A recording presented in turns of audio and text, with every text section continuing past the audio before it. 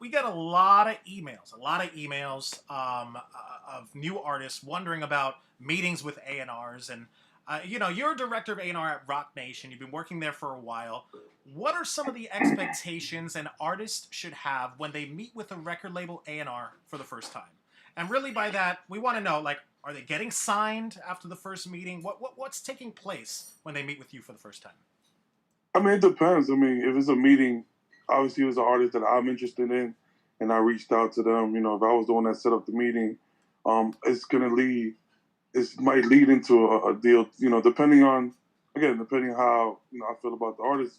Like I said, if I'm setting it up, if I'm the one that's interested enough, if I'm going after them, then yeah, I mean that's literally, you know, the main goal. I'm not saying it might be done off the first initial meeting, because again, as an A&R, you have to do your research. Meaning, you just see the music, you see the videos, but you gotta kind of like know the artist a little bit because we're the ones that end up living with the artist. You know what I mean? Like we're the middleman. We're the one that help create the artists, create the music, but then we are the liaison between the artist and the label. So it's like the marriage has to be there. You gotta have to kind of like have some type of chemistry as well.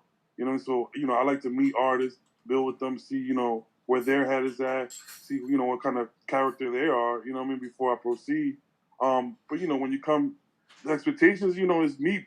Bring your best music and try to impress me. That's the point. I mean, you're in the building.